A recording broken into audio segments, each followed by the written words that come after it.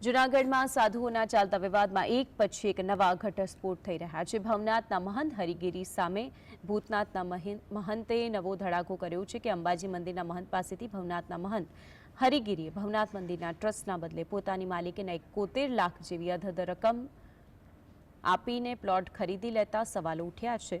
ભવનાથ મંદિરની દિવાલને અડીને જ આવેલા 2 પ્લોટ વર્ષ 2023માં અંબાજી ટ્રસ્ટ પાસેથી ચેરિટી કમિશનની મંજૂરી લઈને મહંત કે જેઓનું તાજેતરમાં જ નિધન થયું છે તે તનસુખગીરી પાસેથી ભવનાથના મહંત હરિગીરીએ 71 લાખ રૂપિયામાં ખરીદ્યા।